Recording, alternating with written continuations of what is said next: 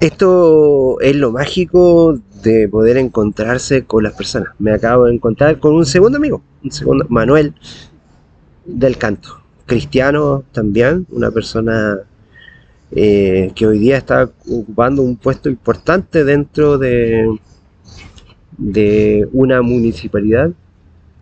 Y me detuve porque estaba terminando justo el tema en relación con el trabajo. Y me encontré con una persona relacionada con el trabajo. Él es la segunda persona después del alcalde. Mira lo que hace el Señor. Mira lo que hace el Señor con una persona que quiere servir. Y eso me impresionó. Pues a lo mejor no empecé directamente saludando, pero me dijo que lo fuera a ver. Eso, yo tengo mi trabajo, me encanta, pero ¿por qué no ver qué es lo que el Señor también tiene preparado para nosotros? Los planes de Él son más grandes que los nuestros. Así es que, ¿por qué no dejar que el Señor también se glorifique en nuestra vida y se puede manifestar en este punto? Dijimos claramente que en el trabajo el Señor nos está usando para mostrar su amor por testimonio, para bendecir a las personas por medio de la palabra. Y principalmente quiero hablar en esta oportunidad acerca de cómo los cristianos, que somos nosotros la primera iglesia, podemos presentar a Cristo en nuestras vidas. Y esto tenemos que hacerlo con sabiduría.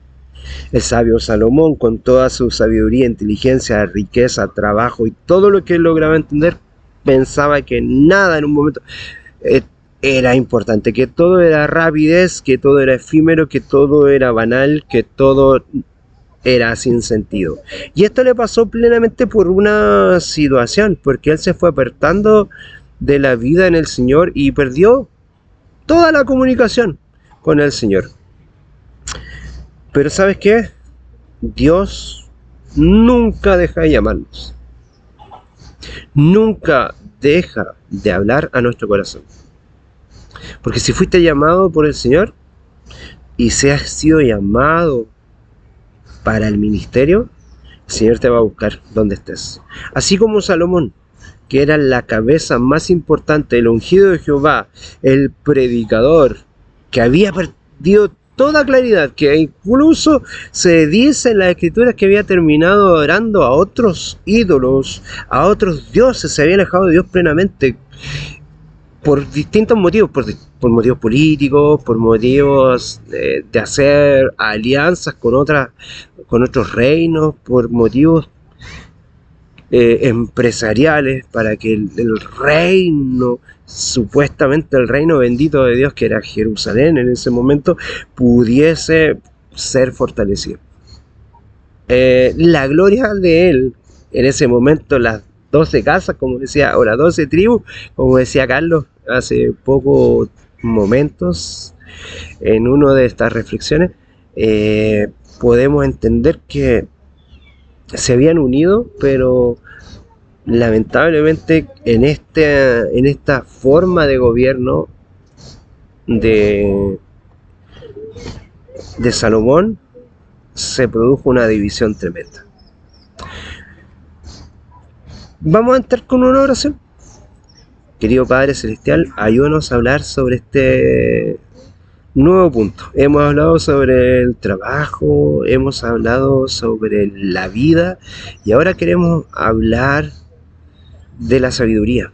Así que ayúdanos tú, Señor, para que esto pueda ser una realidad nuestra vida como iglesia, y que nosotros seamos, como hemos dicho siempre, un pueblo que piense a través del pensamiento tuyo, para tener tu mente y tu corazón. Ayúdanos, Señor, para que esto sea una realidad en nuestras vidas. Amén y amén. Bueno, decir lo siguiente: como filósofo, Salomón, el predicador de Eclesiastés, busca un sentido en la vida. En el versículo 2 del primer capítulo declara el tema de su trabajo. ya lo mencionamos.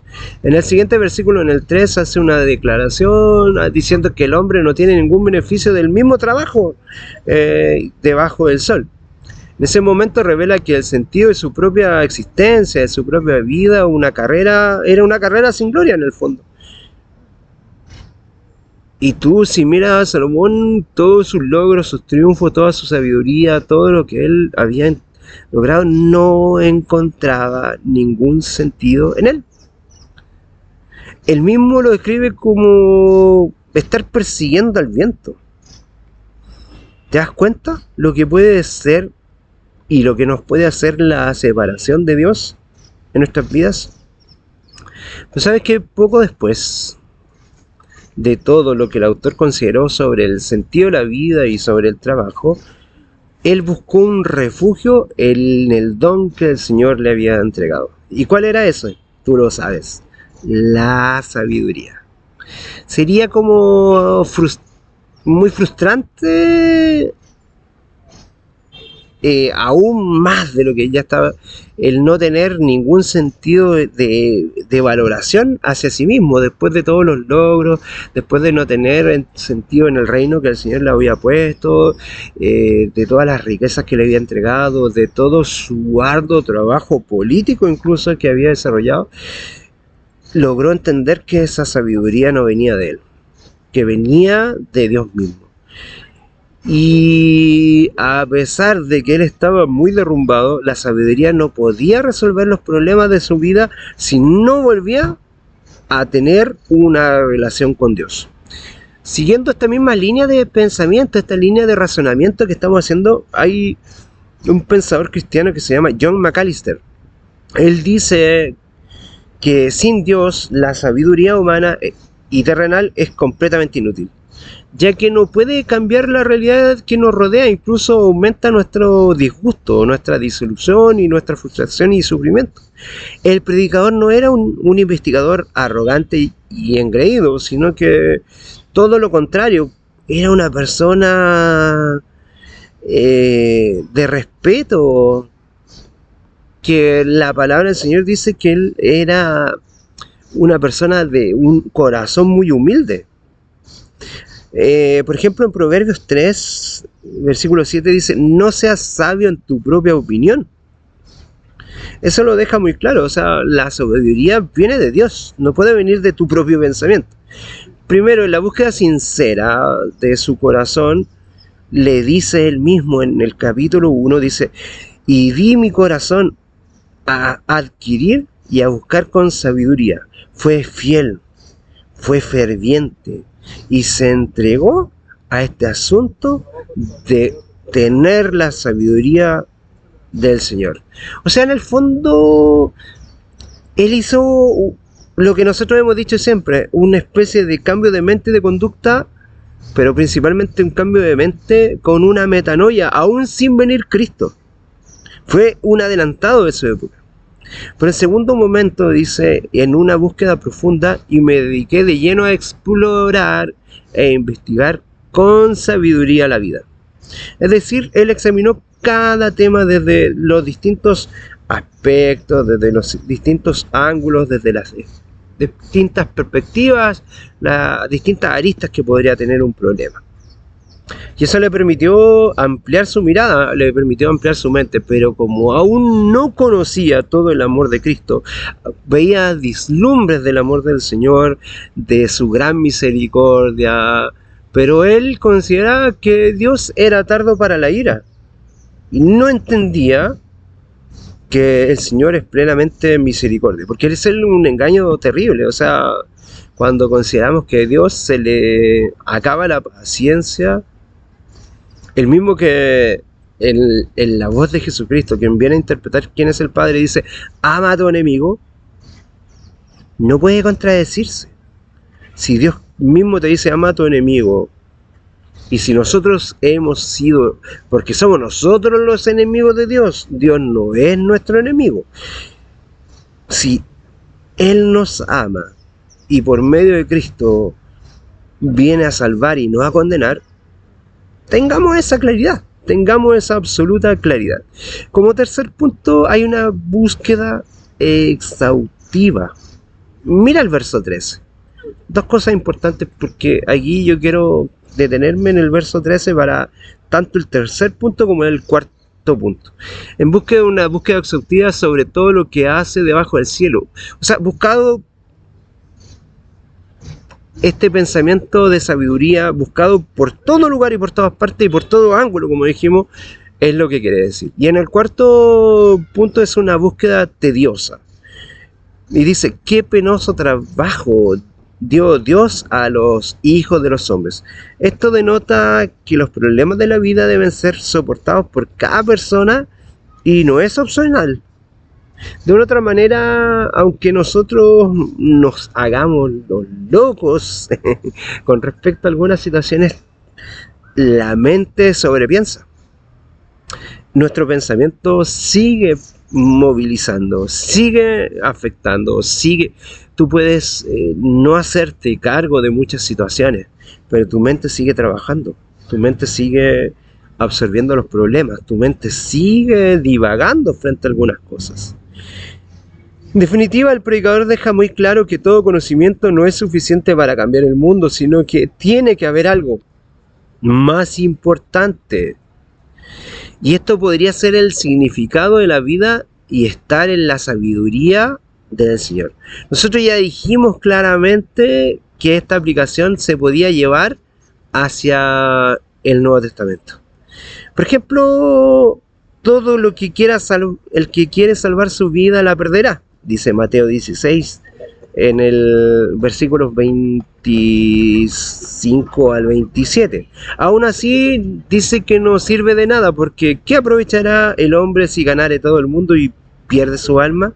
Como dice Marcos 8, 35 y 36. Estamos tratando de utilizar otros versículos diferentes a los que usó Pablo para hacer una cita de Eclesiastés. Como dice un escritor cristiano, Charles Brainerd, dice, nos hace saborear el sabor amargo de los ríos terrenales para que podamos disfrutar un manantial celestial. O sea, tú tienes que comparar el sufrimiento humano para poder valorar lo que Dios te puede entregar en tu vida. Porque si no, de otra manera no lo vas a comprender, no lo vas a lograr relacionar. Toda búsqueda de felicidad y logros en esta vida debe hacerse desde la perspectiva de lo terrenal. ¿O no? No, ¿cierto? Toda búsqueda y toda felicidad de la vida tiene que ser con una perspectiva eternal. Si tú te quedas en lo terrenal, la verdad es que te vas a llenar de angustia. La verdad es que te vas a llenar de depresión. La verdad es que te vas a llenar de un sinsentido. Te vas a llenar de problemas. Y tus problemas te van a llevar a un sobrepensamiento. Porque solo así el hombre podrá encontrar una verdadera razón para existir. Una existencia espiritual y una existencia que trascienda en nuestra propia vida. Una existencia puesta en la persona de Cristo. En conclusión, al evaluar todo lo que escribió el predicador en busca del sentido de la vida, él, en una primera instancia, ¿qué hizo? Se quejó, habló, divagó, pero ¿saben lo que hizo? No habló con Dios.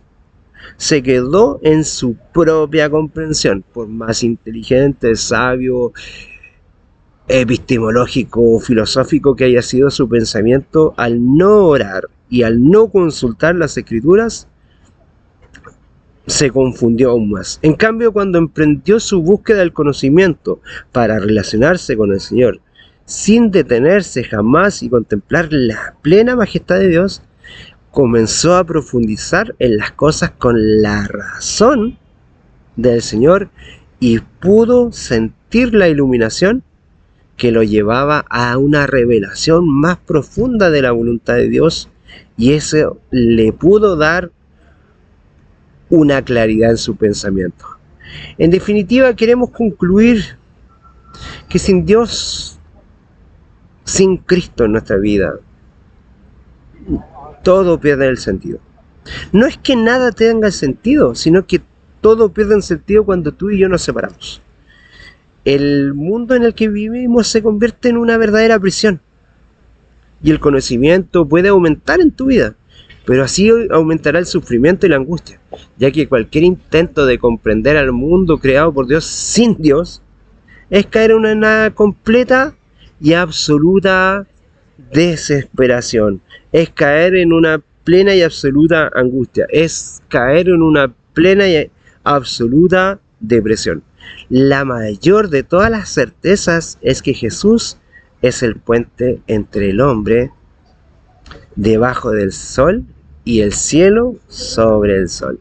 Que el Señor te bendiga grandemente y, como decimos siempre, gracia y paz.